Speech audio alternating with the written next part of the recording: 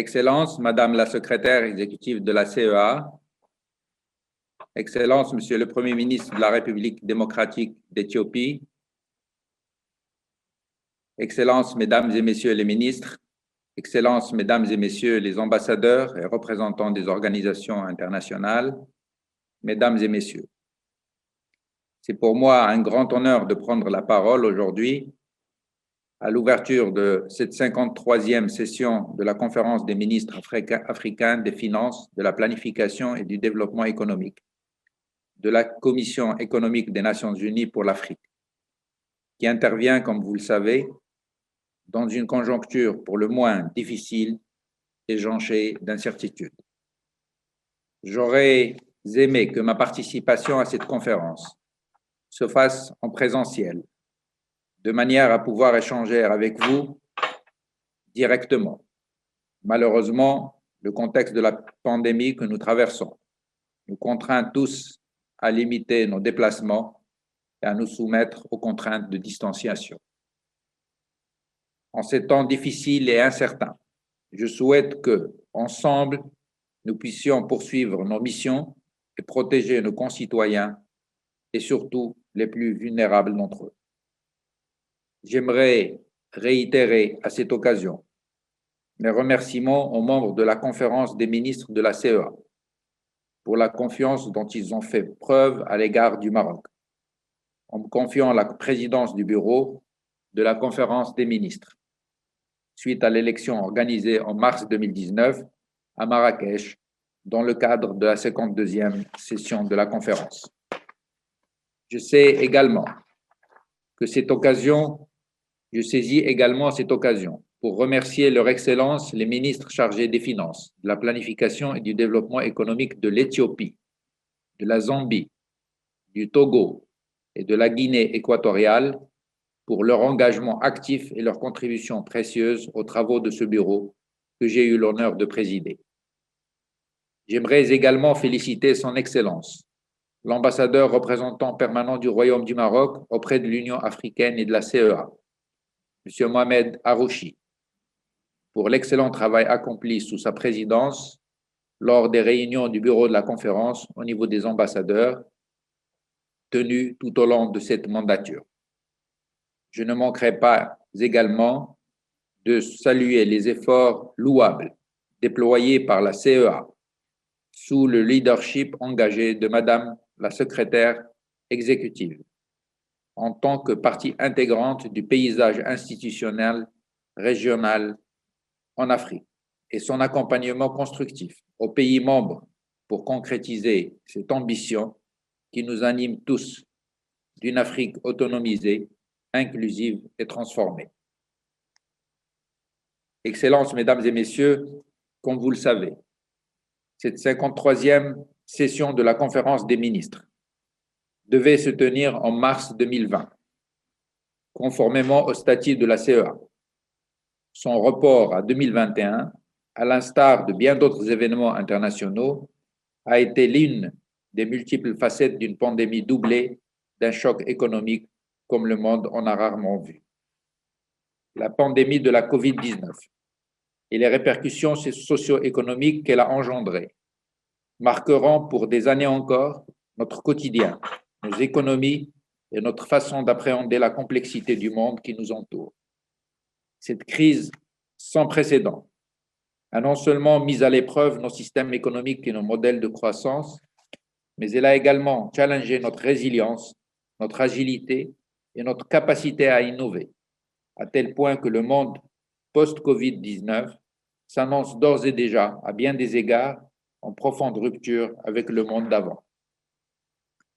Au niveau mondial, la pandémie de la COVID-19 a fait plonger les taux de croissance des économies avancées à des planchers jamais atteints depuis la Seconde Guerre mondiale. Les mesures de confinement et les restrictions de voyage ont donné un coup de frein à l'activité économique, touchée de plein fouet par la perturbation des chaînes d'approvisionnement et le ralentissement de la demande et des investissements dans un climat d'incertitude. Sur notre continent, la crise a provoqué pour la première fois depuis 2 décennies une contraction du PIB africain, principalement en raison de l'impact des mesures de confinement sur les niveaux d'activité, la faiblesse de la demande extérieure, la baisse des prix mondiaux des produits de base et le ralentissement des flux des investissements. L'Afrique a également payé un lourd tribut en vie humaine, avec plus de 108 000 décès déclarés et environ 4 millions de personnes infectées. Si l'impact économique a été contrasté selon les régions, il n'en demeure pas moins que cette crise a mis en exergue les vulnérabilités latentes de l'ensemble des pays africains. Qu'il s'agisse de la faible diversification des structures économiques, la surdépendance aux exportations des matières premières, le faible développement des infrastructures numériques ou de l'insuffisance des systèmes de santé et de protection sociale.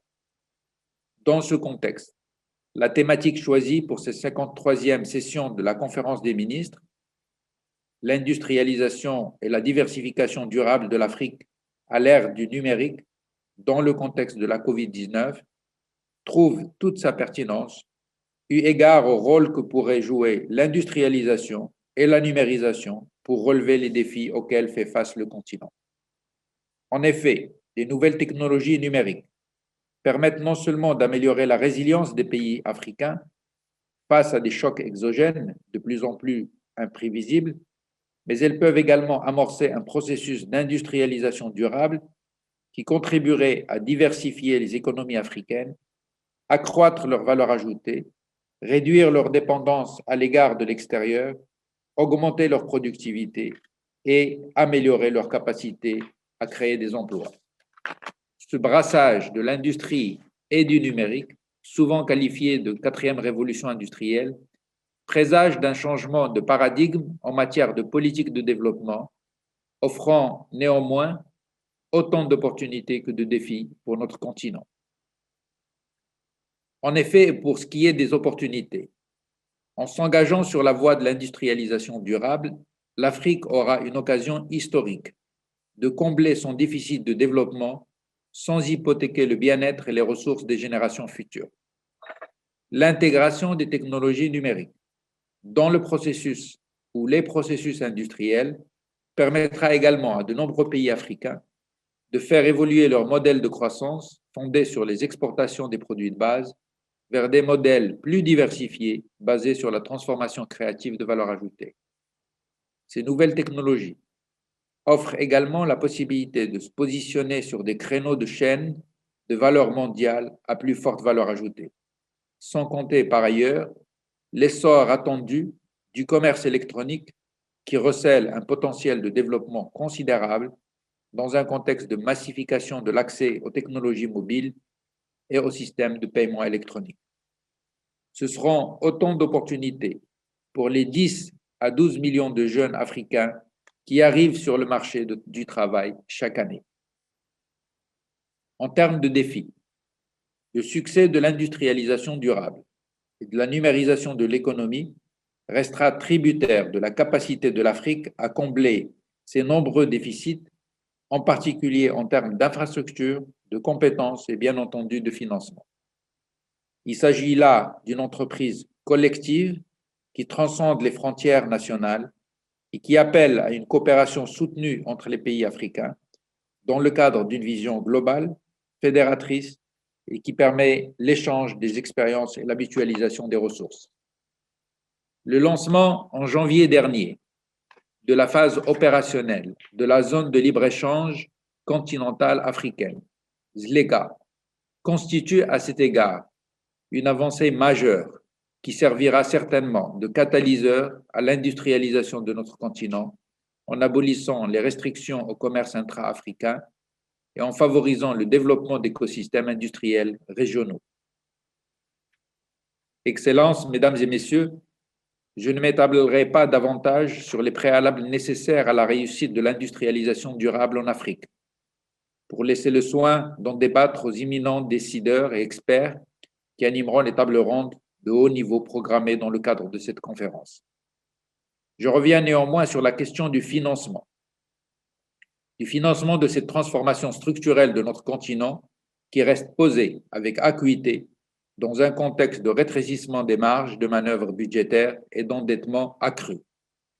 J'aimerais saluer à cet égard la qualité des travaux et les orientations de politique économique de la CEA en matière de mobilisation des ressources intérieures, de lutte contre les flux financiers illicites et de promotion de nouvelles formes de partenariat qui sont autant de moyens de renforcer la capacité des pays africains à financer leurs programmes de développement en général et leurs projets d'industrialisation et de numérisation en particulier.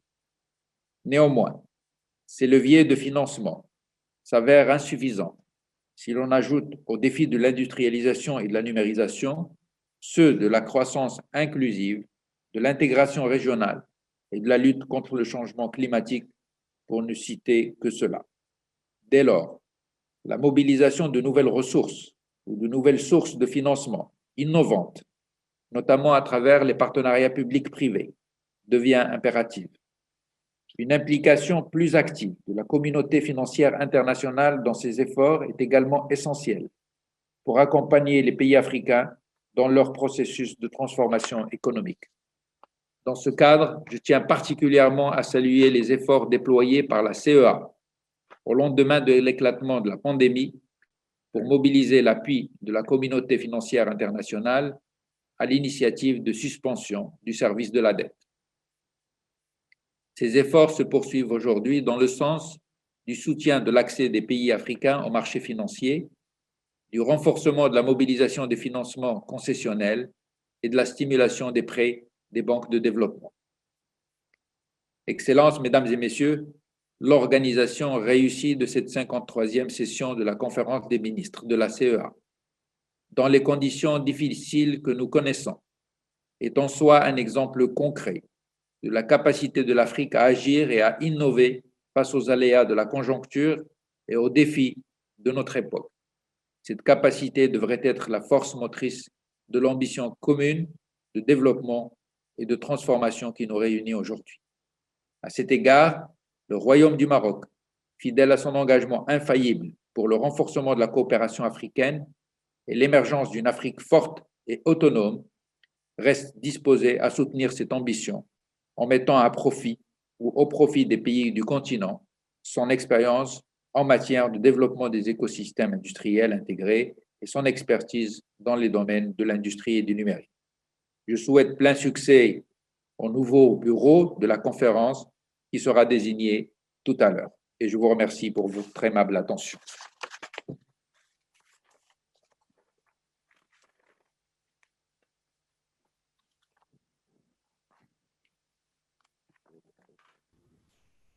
Maintenant, avec votre permission, je voudrais introduire M. Edo, qui est le PDG de Marc Edo Media. Marc animera les panels aujourd'hui. Marc est un journaliste d'affaires de renommée internationale. Il est consultant en développement, qui est un visage familier pour beaucoup d'entre vous. Il a animé plusieurs conférences de ministres africains ces dernières années. Monsieur Edo, vous avez la parole. Thank you, Your Excellency. Je vous remercie, Excellence. All protocols duly observed, and congratulations, Your Excellency, on the successful completion of your tenure as Monsieur le ministre, je voudrais vous féliciter à l'occasion de votre réussite à la tête du bureau sortant pendant une période qui a été pleine de défis au cours de cette pandémie. Maintenant, pour ce qui est de l'intendance, il y a de l'interprétation simultanée en français, en anglais et en arabe. Vous choisissez la langue que vous préférez. On vous demande de cliquer en bas de l'écran Zoom. Tous les microphones seront éteints pendant les présentations. Si vous ne prenez pas la parole, éteignez votre microphone. Et lorsque vous prenez la parole, allumez et votre vidéo et votre micro. Alors, le thème de cette conférence, c'est l'industrialisation durable de l'Afrique à l'ère du numérique dans le contexte de la COVID-19. Et le programme d'aujourd'hui se poursuivra jusqu'à 12h15, heure d'Addis, avec plusieurs panels. Robert Davis, ancien ministre du Commerce et de l'Industrie de l'Afrique du Sud, prendra la parole tout à l'heure. Je vous demande d'envoyer vos questions au panel en utilisant la fonction questions-réponses. Et faites connaître cet événement dans les réseaux sociaux. Vous avez le lien nécessaire pour le faire et les travaux seront enregistrés. Je donne la parole au ministre du Bureau sortant. À vous la parole, Excellence.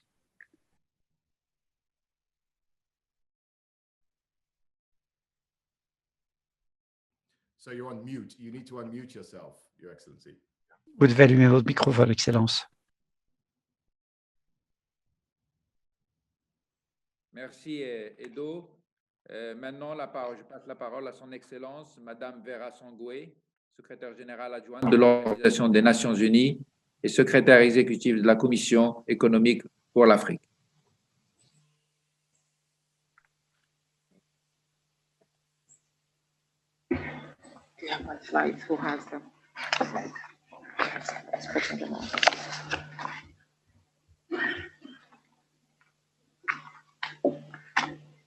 Good morning, Excellencies, ladies and gentlemen. Bonjour, Excellences, Mesdames et Messieurs.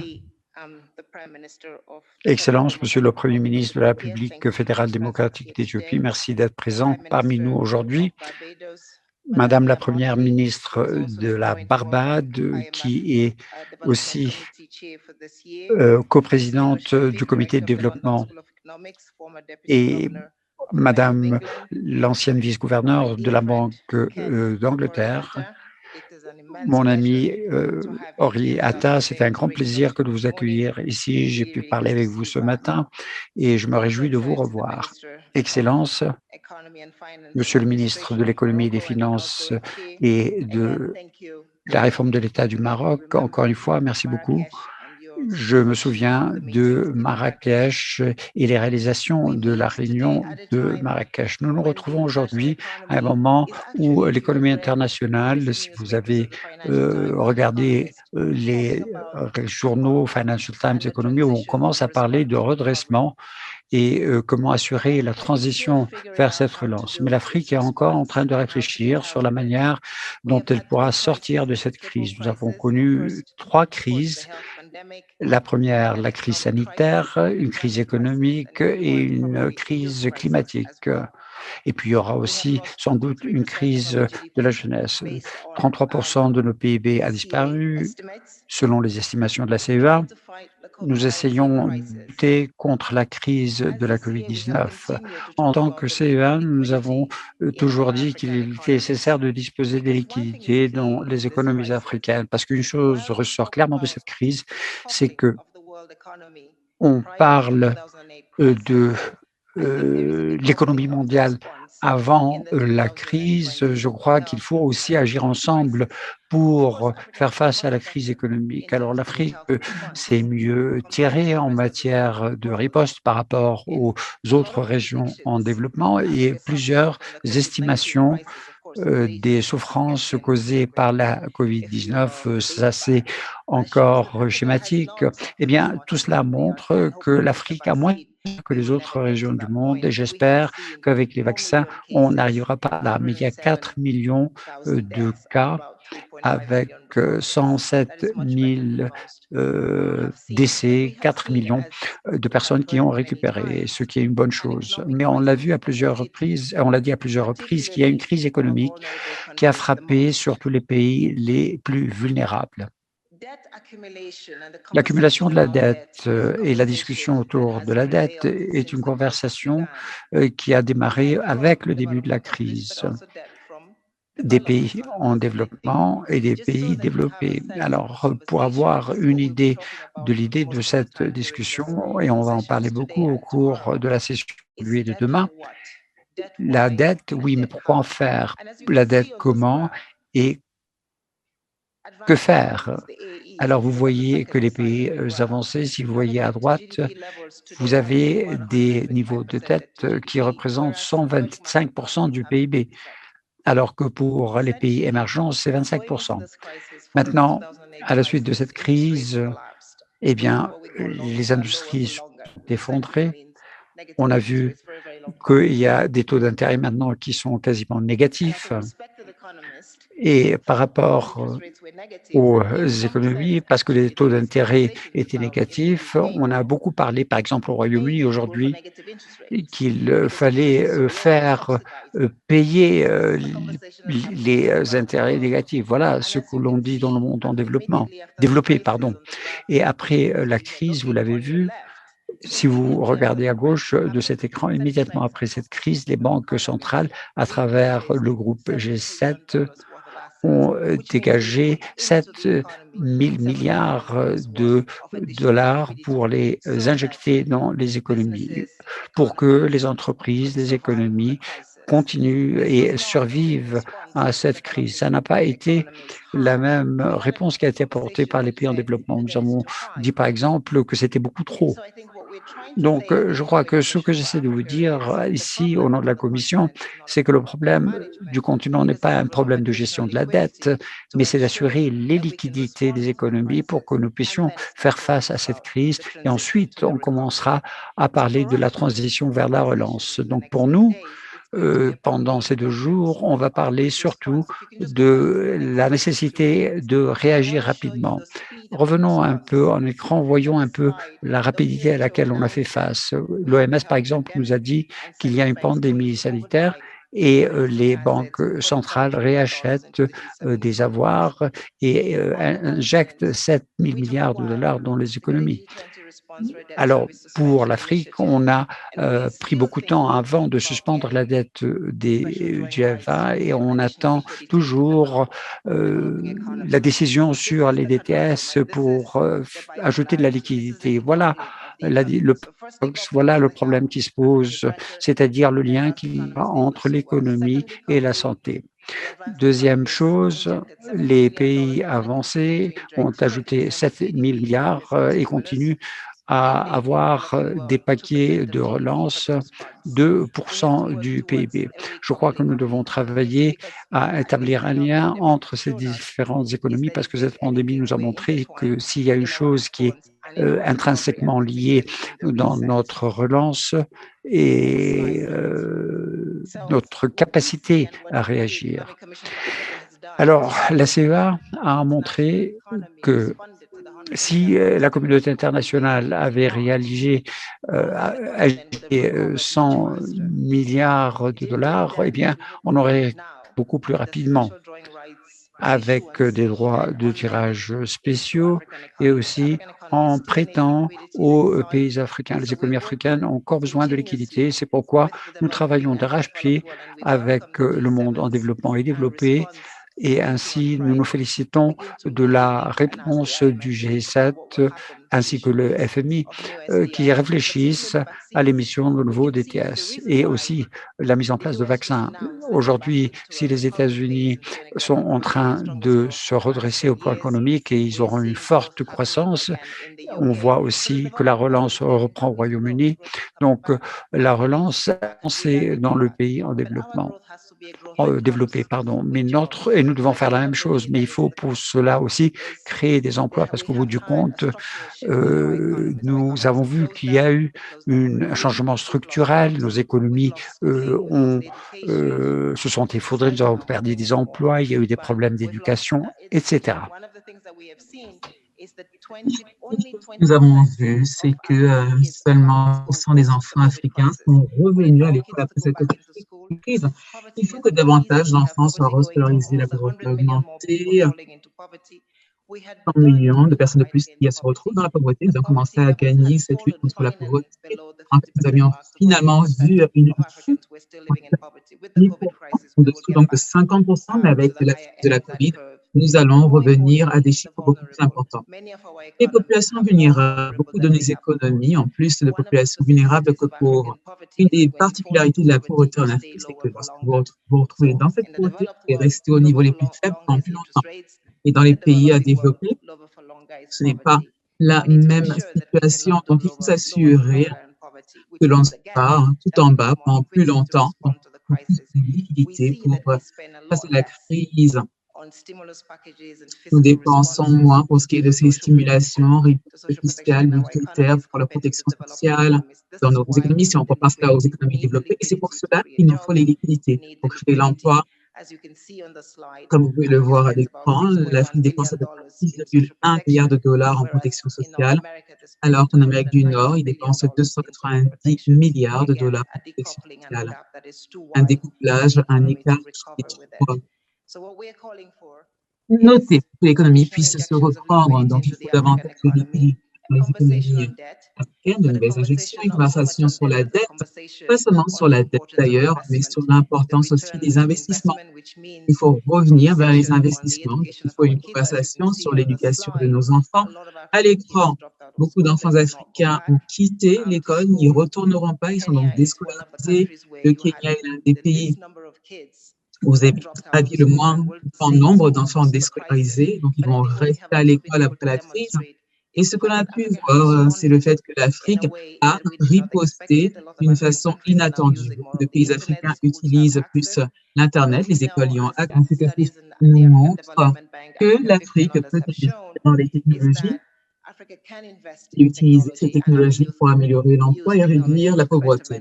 Où allons-nous trouver les liquidités pour cela? Les droits de tirage spéciaux, 500 milliards de dollars vont être émis par la Banque mondiale et le FMI lors de leur assemblée de printemps, 217 milliards de DTS pour les économies développées. Et comme on a vu, ils ont déjà 7 trillions de leur économie et 20% de leur PIB dans leurs économies. Donc, on demande que certains de ces DTS pour le développement soient alloués aux pays en développement, marché émergent en Afrique, pour que l'on fasse. Notre secteur privé n'a pas du tout pu mettre en place le même genre de riposte et n'a pas reçu le même genre d'appui que dans le monde développé. On doit travailler avec le secteur privé, créer l'emploi avec eux, s'assurer que ce secteur privé puisse fournir l'emploi nécessaire. Et ici, je voudrais citer la FATSI Bank qui a prêté à 170 banques 8 milliards de dollars cette année. Comment est-ce qu'on va pouvoir injecter les liquidités dans nos économies? On parle toujours de passer des milliards aux trillions. Dans le secteur privé ont collaboré pour arriver à un plan qui va nous permettre de créer une facilité de liquidité et de viabilité avec les droits de tirage de spéciaux. On va donc recueillir les fonds du secteur privé, se retrouver dans des marchés où on a 30 trillions de dollars d'investissements prêts. Mais ces investissements ne viendront pas si l'Afrique n'élabore pas tout un package de développement. Donc, il faut plus de transparence dans l'utilisation des ressources, une meilleure discipline fiscale, plus de transparence, davantage de lutte contre les flux financiers. Et la communauté internationale va devoir travailler avec nous. Et nous allons devoir aussi nous reprendre de façon verte. La CEA, avec l'Université d'Oxford, a fait une étude et a montré que si nous reprenons vert, eh bien, nous pourrons créer davantage d'emplois. Il y a des études qui montrent que l'on peut faire 250 plus d'emplois. On peut ajouter aussi de la valeur à notre productivité. Alors, l'une des caractéristiques avant la crise, c'est que l'on crée cette valeur source de sustainabilité. Et sur le continent, on doit créer la valeur à partir de la productivité. Que nos usines travaillent, il faut que nos services soient plus actifs, efficaces, plus économiques, et donc améliorons la gestion des finances publiques, attirons également le secteur privé pour qu'il travaille avec nous afin que nous puissions bâtir l'Afrique que nous voulons. Alors, un package détaillé, complet pour rebâtir ensemble, c'est de cela que nous allons parler ensemble. Et j'espère que collectivement, donc continent, nous allons pouvoir réaliser l'agenda 2063 et l'Afrique que nous voulons. La ZLECA, donc l'accord de la ZLECA, nous donne ce tremplin et nous espérons que plus de pays vont ratifier cet accord et que nous pourrons continuer de travailler mieux, plus fort pour créer cet avenir qui va créer ce recouplage. Les multilatérales seront renforcées et les 3 ancres du découplage dont j'ai parlé vont pouvoir se retrouver. Dans cette crise, l'Afrique doit recevoir des vaccins, avoir un accès au marché comme tout le monde. On va avoir le même genre de taux sur les marchés et pour la création de l'emploi, la reprise, le redressement, eh bien, l'Afrique doit aussi reprendre au même rythme que le reste du monde. C'est ces 3 points-là. Merci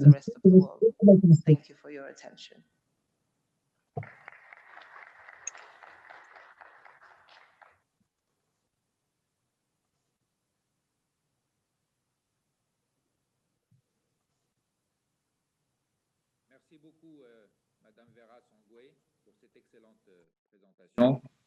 Je voudrais passer la parole maintenant à M. Ken Ofori-Atta, ministre des Finances du Ghana.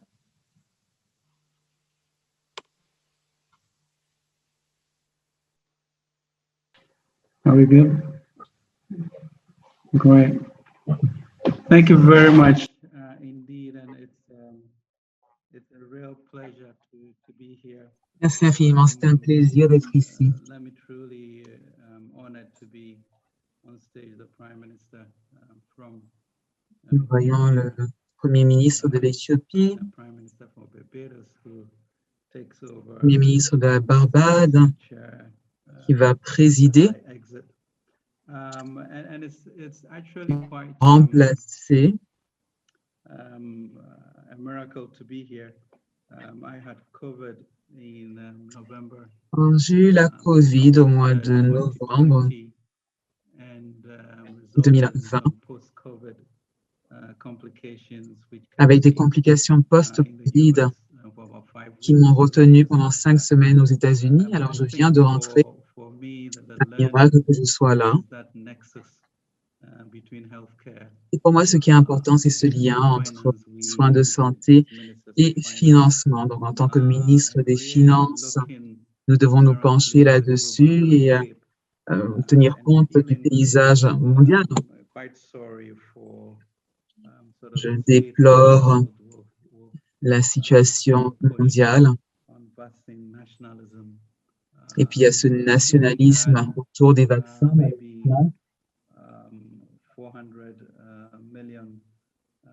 Nous avons eu à peu près 400 millions de vaccins qui ont été commandés. 90% des vaccins en fait se trouvent dans le monde développé, ce qui laisse l'Afrique sur le bas-côté. Au vu de ce que nous avons fait, nous devons examiner cela aussi. Et tout ceci, c'est le paysage mondial dont Vera nous a haussé un tableau très clair. Et nous savons que d'ici 2050, l'Afrique aura la population la plus jeune et représentera un quart de la population mondiale. Alors la question de liquidité, de fluidité, si nous n'y faisons pas face, et puis nous avons pu voir aussi les chaînes mondiales, dans le passé, l'Afrique ne s'est pas industrialisée et cela crée un problème au niveau mondial. Pour ce qui est des financements, il y a ce dilemme qui est celui des liquidités. On a eu récemment 1,9 trillion d'interventions des États-Unis qui montrent qu'ils n'aident pas seulement au niveau des vies et modes de subsistance, mais qu'ils avancent très rapidement vers une reprise. Et nous, au Ghana, nous allons sur les marchés. Nous irons sur les marchés d'ici une dizaine de jours, voire un peu moins. Et la situation est très claire. Regardez les économies comme celle du Maroc ou de la Grèce, de la Côte d'Ivoire, le Ghana. Regardez cela et vous constaterez que si la Grèce avance à un rythme de 0,8 à 0,9, le Ghana, la Côte d'Ivoire sont à peu près à 4,5. Et la question qui se pose alors, c'est comment est-ce que l'on peut aider en termes de soutenabilité de la dette lorsque le système est déjà conçu à votre détriment? Alors peut-être, est-ce que la Banque européenne, Banque centrale européenne a d'autres systèmes qui permettent à la Grèce de se rendre sur les marchés? Donc vous avez cette tension entre multilatérale qui nous encourage à aller sur les marchés, mais qui en même temps nous retiennent. Et ce qui est donc urgent, c'est qu'on puisse arriver à des conclusions sur ces questions de liquidité afin de ne pas exacerber les problèmes de soutenabilité de la dette que nous connaissons. Donc, tout d'abord, cette question de nationalisme des vaccins, le fait de stocker, d'amasser les vaccins, c'est d'un point de vue moral inacceptable et d'un point de vue médical, cela n'a pas de sens non plus, car finalement, différents variants vont apparaître et cela va totalement remettre en cause tout le travail qui a été réalisé. Donc, il est dans l'intérêt de tous de s'assurer que l'on puisse résoudre ce problème. Le Ghana va devoir dépenser encore 214 millions de dollars à un moment où les recettes sont en baisse. Les dépenses sont en hausse. Donc, il faut que l'on puisse discuter de ce problème. La situation est urgente, il faut une riposte immédiate et cela permettra de résoudre un problème mondial.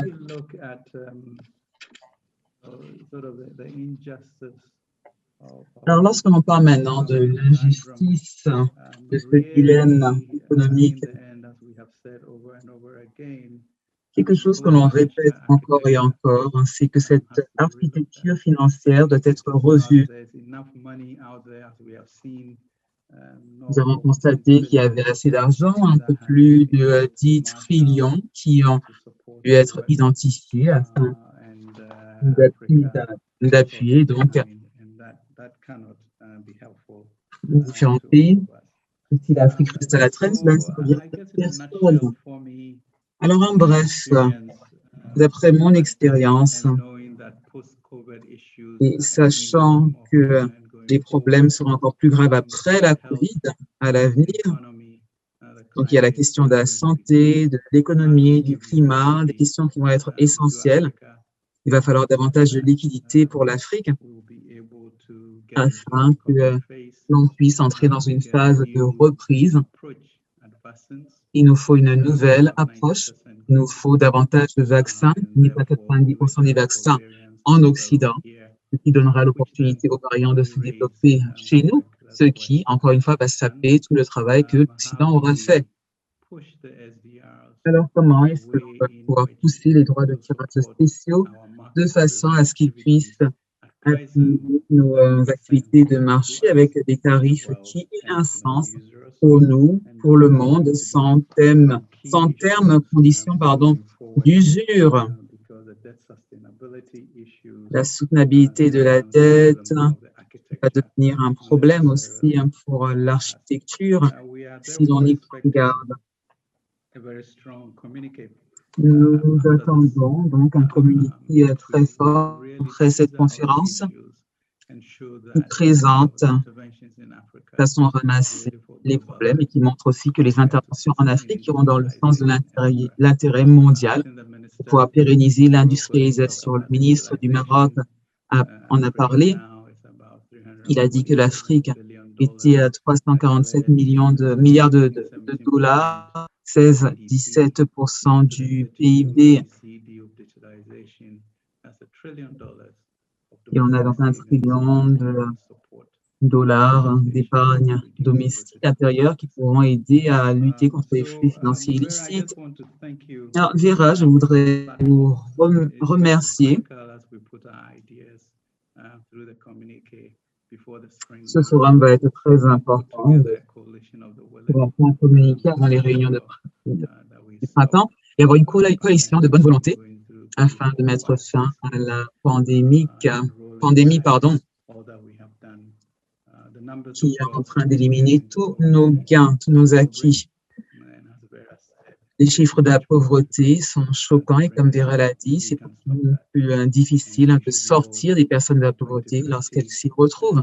Et d'ici 2050, l'Afrique va représenter un quart de la population mondiale. Et pour la prospérité mondiale, nous devons intervenir maintenant. Et cela ne devrait pas être faire. Alors, l'industrialisation de l'Afrique, c'est une bonne stratégie pour l'Afrique et pour le monde. Le groupe du 20 a dit qu'il fallait réussir en Afrique pour courber un petit peu cette arc de l'histoire Et il faut se montrer à l'auteur de ces opportunités de contribuer au développement mondial. La riposte face à cette pandémie, ce sera soit une perte de 20 ans ou une reprise rapide qui va nous permettre de nous repositionner sur une trajectoire de croissance. Merci infiniment pour cette opportunité. Merci infiniment, M. Ken Ofori-Atta, ministre des Finances du Ghana, pour cette excellente présentation. Je passe la parole à Mme la baronne Minouche Shafik, directrice de la London School of Economics, ancienne gouverneure, sous-gouverneure de la Banque d'Angleterre. La parole est à vous, madame. Merci beaucoup. Cher ministre, c'est un honneur de pouvoir parler à cette auguste assemblée. Je remercie Vera Songwe pour l'invitation. Je voulais reprendre là où Vera et son Excellence le ministre du Ghana se sont arrêtés. Effectivement, les économies avancées ont pu riposter à cette crise avec ce qu'il fallait. Et la plupart des pays en développement n'ont pu riposter qu'avec ce qu'ils pouvaient se permettre de mettre en place. Dans la disponibilité de droits de tirage spéciaux, le recyclage de CDTS pour les pays en développement, c'est une opportunité potentielle pour pouvoir mettre en place une meilleure reprise. Et j'aimerais centrer mon propos ce matin le fait que cette opportunité est celle de créer un nouveau contrat social africain. Et je viens de publier un livre ce mois, What We Owe Each Other, a New Social Contract. Je pourrais citer ce livre. Je parle d'une opportunité qui vient du fait que beaucoup de pays africains sont dans une situation de transition. On passe d'un contrat social qui est appuyé sur les familles, des familles qui s'occupent des jeunes, des malades, des personnes au chômage. Et on passe maintenant à un contrat social où la société va pouvoir également appuyer et nous attribuer au bien général par notre travail, en payant des impôts pendant aussi longtemps que possible. Je sais que ces mots vont bien résonner auprès des ministres des Finances. L'objectif est donc de trouver un équilibre entre une sécurité et opportunité sur le continent entier, en tirant les enseignements de cette crise. Je voudrais commencer par la sécurité, commencer par ce qui a bien fonctionné. Dans beaucoup de pays africains, lors de la pandémie, il y a eu beaucoup de sécurité grâce au transfert de fonds et Vera intéressant. Nous avons vu comment ces virements, ces transferts se sont faits, sont arrivés vers les familles les plus. Ça a touché le continent tout entier pendant la crise.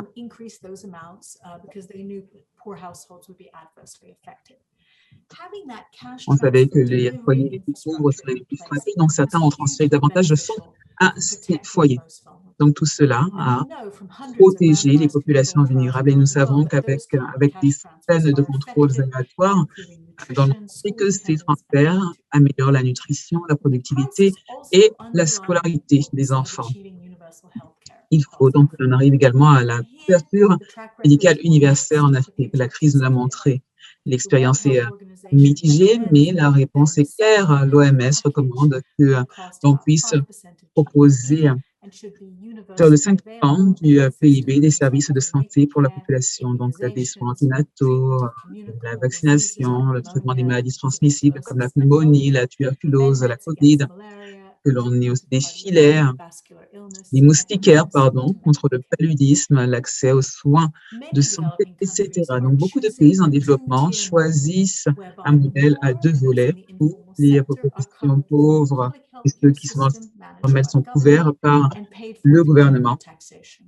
Et ce sont les impôts qui financent leurs soins, avec parfois quelques contributions des foyers. Et ceux du secteur formel contribuent, payent leurs impôts et donc ont accès aux assurances. Mais la pandémie nous a montré que nous pouvons faire beaucoup plus d'un point de vue numérique que nous pensions. Regardez la manifestation de ce jour, par exemple. Les pays en développement ne pourront jamais arriver à la couverture médicale universelle avec le modèle qui prévaut où les interventions médicales se font dans des structures spécifiques supervisées par des médecins très bien formés. Les technologies numériques donnent l'opportunité de mettre en place un modèle de médecine à distance. Les patients auront accès aussi aux informations de qualité et pourront contrôler leur propre historique médical, en utilisant donc différents appareils aussi pour prendre leur température, tension artérielle, etc. à domicile à très faible coût. On pourra aussi utiliser l'intelligence artificielle pour certaines opérations dans certaines zones du Rwanda, de la Tanzanie. On utilise déjà les drones pour livrer des vaccins et du sang, des poches de sang. À l'avenir, il sera possible d'être traité par des médecins qui se trouvent n'importe où dans le monde. Et cela permettra de réduire la pression sur le personnel de santé qui migre, qui s'en va dans d'autres contrées en quête d'un avenir meilleur. Il y a une véritable opportunité pour l'Afrique qui peut utiliser les technologies numériques pour faire un saut de qualité vers un système moins coûteux et de meilleure qualité, un système de couverture médicale universelle. Parlons d'opportunités. À l'exception de quelques pays, on peut dire que les conséquences économiques en Afrique ont été plus graves que les conséquences sanitaires. La première récession a limité l'espace fiscal, on avait des dettes, un niveau de dette élevé qui limitait également le gouvernement. Il y avait des incertitudes pour ce qui était de créer des modes de subsistance pour une population de plus en plus jeune. Alors, qu'est-ce qui s'est bien passé? Commençons par là. Pratiquement tous les pays en Afrique sont arrivés à cet enseignement primaire universel et ils sont à la bonne voie pour le secondaire également. Donc, ça, c'est important. Vous avez autant de filles que de garçons scolarisés dans la plupart des pays, ce qui va contribuer à une plus faible croissance démographique. Il y a des défis autour de la qualité de l'enseignement, des interruptions aussi liées à la pandémie et des questions sur l'utilisation des technologies de façon plus efficace. Il y a aussi d'incroyables opportunités en Afrique ici qui va pouvoir faire des sauts de qualité et avoir des modèles combinés qui seront plus abordables et de meilleure qualité. La croissance à venir sur le plan numérique et comme le document de travail de la CEA, élaboré pour ce document le dit, l'Afrique devra investir dans les compétences numériques, les infrastructures numériques et créer donc des opportunités de croissance dans l'agriculture, le manufacturier et le secteur des services. Il ne sera pas possible de suivre le modèle de l'Asie de l'Est qui est celui de s'appuyer sur une industrie manufacturière axée sur les exportations. Ça ne permet pas de réduire la pauvreté et de faciliter la croissance. L'Afrique, à l'ère numérique, est en train d'arriver à un niveau de croissance intermédiaire. Il faut donc donner des opportunités aux citoyens, aux Africains. Un nouveau contrat enabling them to do so in the formal sector, providing public services such as health and education. Permettra donc de fournir des services numériques. On va encourager les personnes à travailler, à payer des impôts pendant aussi longtemps que possible pour contribuer au bien général. Et ça, c'est le fondement d'un nouveau contrat social en Afrique pour les gouvernements. Cela signifie qu'il faut s'assurer que tout le monde, paysans, médecins, ait accès aux compétences, aux outils nécessaires pour pouvoir saisir les opportunités de l'ère numérique. Au début de la crise de la COVID, beaucoup ont parlé de la différence entre vie et mode de subsistance, mais il n'y a pas en fait de compromis. Les deux sont totalement interconnectés. Et un meilleur contrat social en Afrique fournira la sécurité pour toute nos vies et l'opportunité aussi pour tous les modes de subsistance. Et maintenant, nous aurons le discours d'ouverture officielle de Son Excellence Abiy Ahmed, Premier ministre de la République fédérale démocratique d'Éthiopie. Excellence, à vous la parole.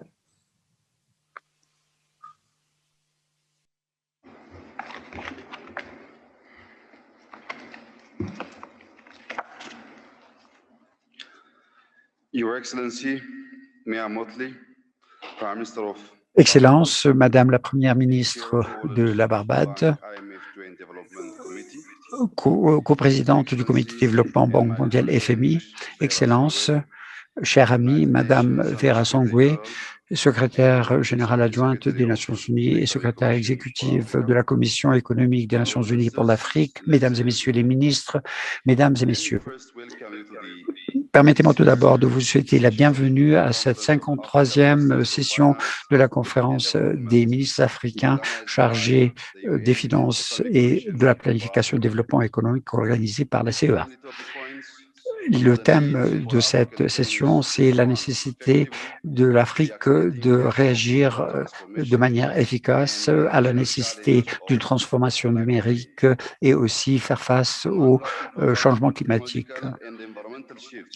Avec les changements climatiques, technologiques et ce qui est arrivé avec la COVID-19, eh bien, les dirigeants africains à tous les niveaux sont invités à trouver des réponses innovantes. L'innovation, cela signifie répondre aux besoins des populations et aussi répondre à la frustration des jeunes, notamment un an après le début de cette pandémie. Cela étant, ici, nous nous trouvons à ce stade et l'Afrique a montré qu'elle était capable non seulement de faire face à cette crise, mais qu'elle est prête aussi à formuler et à mettre en œuvre des solutions. Le financement, les finances et les ministres du développement de tout le continent avec la CEA ont été au cœur du débat sur la riposte et les solutions possibles qui sont à l'avantage non seulement du continent, mais le reste du monde. Par exemple, l'initiative de suspension du service de la dette et aussi aujourd'hui l'utilisation des DTS. L'Afrique a été la première à accueillir favorablement la diversification industrielle et le faire de manière inclusive et durable. La COVID-19 est venue mettre en cause nos préparatifs et à la suite de cette crise, nous avons montré non seulement que l'Afrique était prête à relever des défis, mais qu'elle était aussi engagée à mettre l'accent sur la croissance à travers l'innovation. Mesdames et messieurs, en tant que dirigeant, je considère que nous devons réagir à deux perturbations. Tout d'abord, la nature et puis l'intervention humaine. La nature nous envoie des signaux qui sont de plus en plus clairs et de plus en plus fréquents. Donc, dans un monde qui est interconnecté, cela signifie qu'il y a une plus forte demande. Chaque pays, dans des circonstances peut-être différentes, mais dans chaque pays, dans ce monde, chacun d'entre nous doit s'attaquer à 3 points essentiels. Tout d'abord, la transformation numérique. Deuxièmement, des économies adaptées au changement climatique. Et troisièmement, un cadre institutionnel pour la mise en œuvre et pour l'obligation de rendre des comptes. L'Afrique représente plus de la moitié de la croissance démographique entre 2019 et 2050. Et le reste du monde va avoir une croissance démographique jusqu'à la fin de ce siècle. Alors, dans un monde où vous avez des catégories travailleuses de moins en moins disponibles, l'Afrique présente beaucoup de jeunes qui ont besoin d'emploi. Et donc, l'Afrique jouera un rôle important dans l'économie mondiale. Cela étant, l'Afrique doit le faire en essayant d'améliorer ses chances de réussite. Pour ce qui est de l'économie numérique, nous devons accroître nos investissements. C'est une tendance qui a été enrayée par la COVID-19. Le numérique est une source de croissance et un facilitateur pour les autres secteurs économiques. Nos jeunes, pleins d'espoir, qui sont connectés, aujourd'hui cherchent des solutions, par exemple la fourniture de services publics, les soins de santé. Et les décideurs aujourd'hui doivent faire encore plus pour appuyer cette transformation numérique. Nous devons accroître notre investissement dans l'éducation, mais aussi dans le numérique. La bonne nouvelle, c'est que c'est un domaine dans lequel le secteur privé souhaite investir. Et donc, nous devons créer un environnement propice pour permettre ces investissements, c'est-à-dire mettre en place des réformes de politique pour faciliter l'innovation, l'investissement, une fois que l'on aura mis en place les conditions minimum pour le secteur privé en Éthiopie. Par exemple, mon gouvernement a adopté une stratégie nationale numérique pour orienter ce programme de transformation numérique. Dans cette stratégie, nous avons déterminé 4 piliers de cette économie numérique. Tout d'abord, la création d'un bureau du numérique, des plateformes numériques et aussi de gouvernement en ligne et peut aussi permettre le commerce en ligne. Tout cela est appuyé par des réformes dans le secteur des télécommunications et de l'énergie. En même temps, nous investissons dans les compétences numériques, l'intelligence artificielle et la sécurisation des systèmes. Et nous voyons déjà de bons résultats, ce qui vient montrer que notre stratégie nationale de développement est rationnel. Si on met l'accent sur l'économie numérique, eh bien, cela s'est traduit par des investissements dans le numérique autour de centres de données pour pouvoir exploiter ces données. Cela a attiré aussi des investissements dans l'innovation numérique et les centres de formation avec des entreprises qui ont sous-traité leurs opérations numériques. Cela devrait aussi permettre d'accroître nos recettes fiscales et créer des emplois. Mesdames et messieurs, le deuxième objectif que chaque pays africain doit adopter, c'est faire de nos économies des économies résilientes, adaptées au changement climatique de diverses façons. Et de ce point de vue, un secteur de manufacture adapté au changement climatique joue un rôle essentiel pour augmenter nos exportations et nos rentrées en devises. Cela créera des opportunités d'emploi et aussi avec des retombées en matière de compétences, de savoir et de technologie. Sans une base manufacturière solide, on ne peut pas avoir des économies diversifiées. Aujourd'hui, en Éthiopie, nous avons mené un effort pour attirer des investisseurs qui sont solides au plan investissement, avec des potentiels importants d'exportation. Tous nos parcs industriels ont été conçus et construits en conformité stricte avec des normes environnementales. Ils sont adaptés aux conditions de changement climatique. Je voudrais revenir aussi sur une autre tendance qui sera sans doute essentielle pour l'Afrique, et cela de deux façons.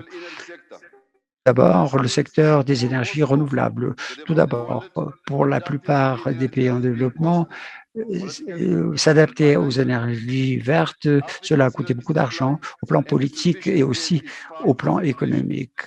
Nos ressources ne sont pas encore n'ont pas encore été totalement exploitées. On peut créer des économies vertes. Deuxièmement, l'Afrique est riche de ressources naturelles, énergie solaire, éolienne et autres. Le barrage de la Renaissance de l'Éthiopie est un exemple de cette façon d'aborder la question énergétique. À travers ce barrage, l'intention d'apporter de l'électricité dans tous les foyers éthiopiens et aussi alimenter toutes les unités de production africaines. Les femmes africaines n'ont pas été créées pour passer leur vie à à chercher du bois de feu. Le barrage va transformer leur vie et cela de manière significative. Un autre exemple que j'aimerais vous donner, l'Éthiopie a aussi a joué un rôle de leadership en lançant sa stratégie de croissance verte, résiliente, décarbonée, et cela d'ici 2030. Au cours des 2 dernières années, cette stratégie a été intégrée dans notre plan national de développement économique pour les 10 années à venir. Nous avons aussi récemment intensifié et réaffirmé notre engagement dans la lutte contre le changement climatique en lançant une initiative en 2019 qui vise à planter 20 milliards d'arbres en 4 ans. Nous l'avons fait 9 milliards en année et au cours de la prochaine saison des pluies, nous allons planter encore 9 milliards et aussi avec le concours des pays voisins. Nous allons couvrir notre pays de sources d'énergie renouvelable. Excellences, Mesdames et Messieurs, au moment où nous faisons face à la volatilité, ce qui est devenu la normalité à l'heure actuelle, nous devons avoir des économies résilientes capables de mener des réformes afin de faire face aux défis de l'avenir. Cela étant, outre les investissements dans le numérique, la construction des institutions constitue un processus ardu de longue haleine et cela nécessitera des réformes, créer un consensus de suivi et aussi rectifier les erreurs. C'est ce qu'il y a de mieux à faire lorsque nous nous préparons à l'heure actuelle pour la crise à venir. Nous avons besoin d'institutions continentales, régionales et nationales pour qu'elles se mettent tout ensemble. L'Union africaine, la CEA, les CDC Afrique, les ministères des Finances africains font partie de ce cadre institutionnel et ont montré l'importance d'une ambition collective et d'une action collective. Et donc, nous devons nous appuyer là-dessus pour nous préparer pour les défis de demain et aussi pour préparer un avenir radieux de l'Afrique. Et sur ces mots, je voudrais déclarer officiellement ouverte la présente conférence. Je vous souhaite beaucoup de succès dans vos délibérations. Merci de m'avoir suivi.